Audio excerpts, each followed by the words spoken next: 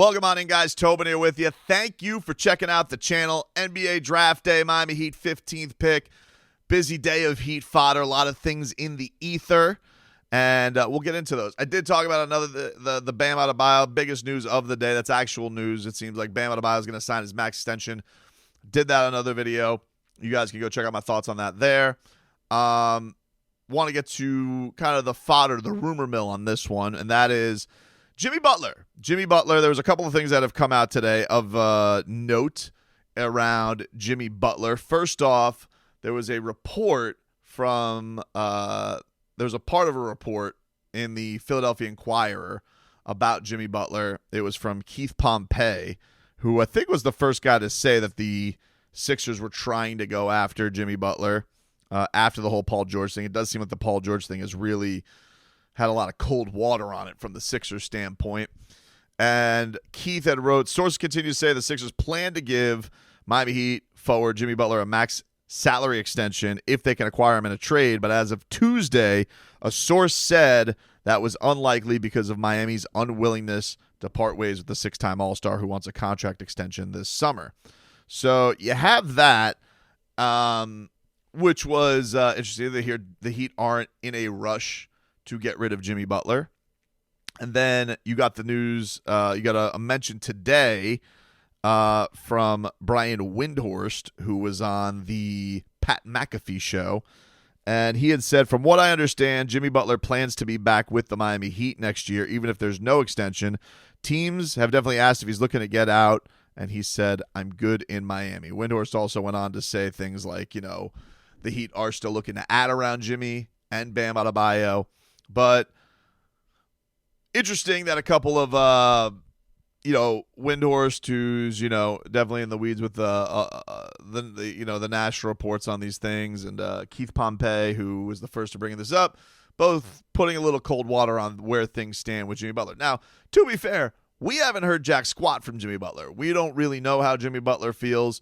All we can base off of our outside looking in is that he's really good at poker. He's having a great time with Neymar right now.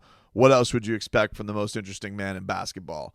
So we don't really know Jimmy's intentions, but I can just tell you as an observer of this and a person with some logic, I don't think Jimmy Butler has this itch to get out of Miami.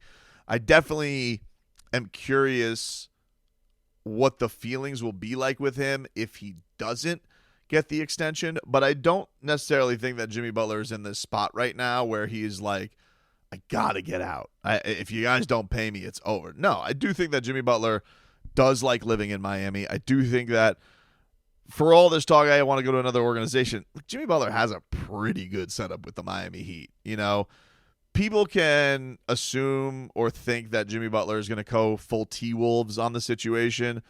I don't necessarily think that's the case. I think that if he really did want to get out, I do think it would be done in a respectful way. I think he has a lot of respect for the Heat organization and all the success that they've had. Doesn't mean that he doesn't want his money. He's going to be meek about it. But I don't necessarily think there's going to be this Molotov cocktail of chaos should he not. Now, the one thing that you could say with today's news with Bam getting his money, Bam gets his money, he doesn't. Is there going to be any change on that?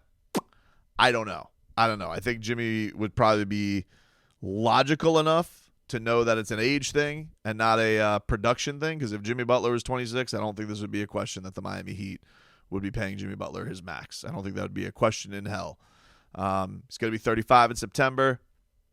If you're old Tobes, you know my thoughts. I say pay Jimmy, give me his let's lock him and Bam up and figure out how to make it better around him. If you're a hockey fan, my boy Sergei Bobrovsky, a lot of people wanted him on the outs. Sergei Bobrovsky, year 35, what happened? Boom, hoisted Lord Stanley. And he's been through some tougher times than Jimmy has with the Miami Heat. So it's not apples to apples, but I'm fully on board with keeping Jimmy here. But to hear that it doesn't sound necessarily like Jimmy wants out on all cost, at all costs, just get me out, give me my money, that he does, want a situation that he likes, or you could, I guess, make that assumption that, maybe this won't be so bad after all. if he does come back, because who's to say how things feel? What if Jimmy is having a tremendous year and in the middle of the year they give him an extension? These are all interesting things. And then to the idea that if the Heat can make the right move to pair next to Jimmy, that's ideally what I want. That's what I want to see, this duo get over the hump. And we know what they're capable of with moves around them at improvement. We know that they're good enough. Jimmy was hurt this year. Jimmy had an unfortunate thing. It would have been nice to see what it could have been.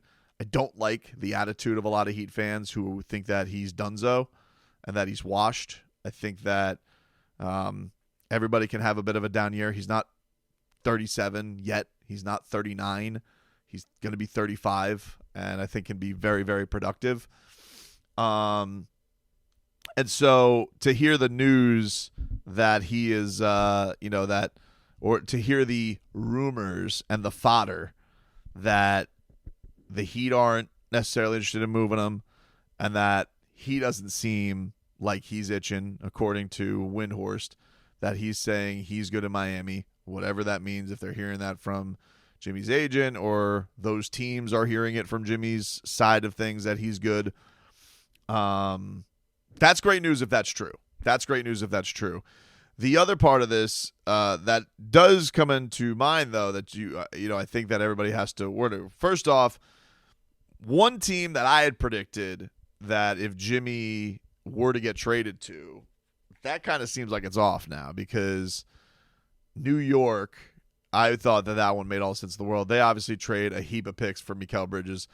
Always appreciate the Knicks for ruining a market. You just think that, hey, when you see a Rudy Gobert deal, how can it get? Can anybody get crazier? Here are the Knicks to go, give up 5 first-round picks for a very good player, but not a star, and to do it for Villanova Wildcat vibes. So that was odd. It felt like it very much took the Knicks out of the market for anybody else. If they bring anybody else back, you would have, I'm sure they'll try and, keep Anunoby if that's possible for them. But I do think that probably takes them out of the market for Jimmy, because it feels like it takes a lot of their assets away. Then you had the report yesterday with the picks that Brooklyn got and the swap in that Houston did. I'm still a little confused on all of it, but the big news yesterday was Houston was trying to make this big splash because Kevin Durant, they were interested in him. He says he's not going anywhere. Phoenix says he's not going anywhere, but Stephen A is saying, I don't believe that.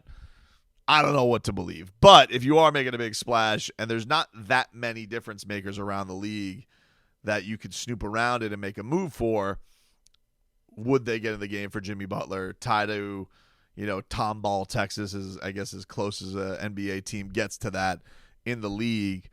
Would that be something that they would snoop around? And they got the number 3 pick, surprisingly, tonight. Would that move happen tonight? I don't know. I guess you can't rule it out, but would be a little surprising if we got to that point with that. But you definitely, when I saw that happen last night, when I saw the reports from Woj that they were going after KD, and I was like, well, KD's not leaving. Well, then they're going to do it for somebody else. And I was like, well, okay, is that Paul George? Is that Jimmy? Who the hell is that they would go after? You kind of just had to raise your eyebrow a little bit and be like, what's going on there? What appears to be happening as far as the Jimmy Butler saga is concerned? But for right now, look, the Heat have the 15th pick tonight. That's, I guess, where all this is going to start. What are they going to do to improve their roster? Because this has been the place where they get most of their improvement done, has been in the draft. And it'll be interesting to see where this goes tonight and what moves that they make. But to get some cold water thrown on the Jimmy Butler thing from a report standpoint, again, don't necessarily. If there's one person I would say nationally that I don't think a lot of people are going to have a grip on, I think it's probably Jimmy, because Jimmy is marching to his own beat. Like, he's going to be world traveling. He's hanging with Neymar. He's playing poker against Dan Blazarian and Ryan Garcia. Like, does it look like a man who's sweating it right now is all I'm saying, right? Like, he's enjoying his off season. He's recovering. He's getting better.